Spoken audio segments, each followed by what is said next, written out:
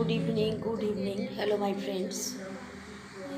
দেখো তোমাদের ইভিনিংয়ের ব্লগটা দিচ্ছি, বাট কোচিং সেন্টার ফাঁকা এই কারণেই চলে যাবার পর মনে পড়লো এসেছিল অনেকে পড়তে,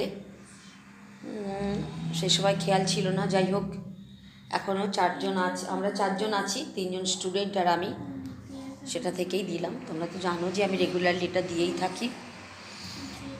আর আশা করি তোমরা খুব খুব ভালো আছো, আমিও ভালো আছি। জাস্ট আজকে পড়ানোর মধ্যে একটু ঘাটতি হয়েছে ফ্রেন্ডস। এটা হলো আমি একটু ঘুমিয়ে পড়েছিলাম, যার জন্য এখনও গলাটা ভারী লাগছে, বুঝতেই পারছো।